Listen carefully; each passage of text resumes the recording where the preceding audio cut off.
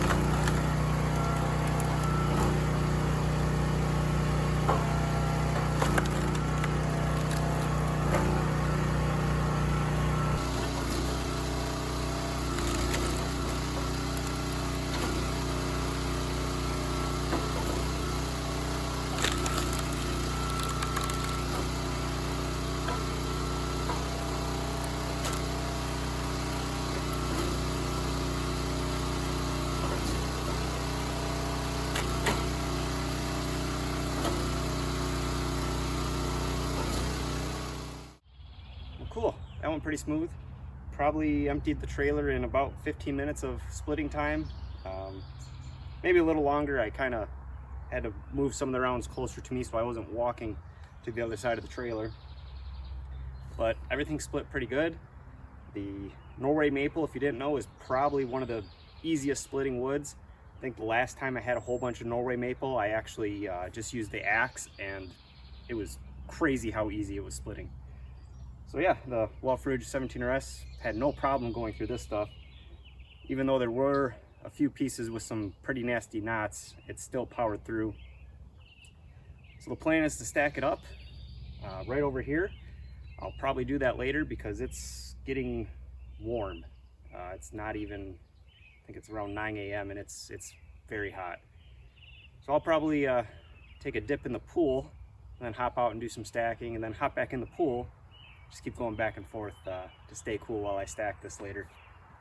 So I'll give you a look at it, but I think that's going to wrap up this video. Appreciate everybody watching. Have a good one. Bye. Probably can barely see it.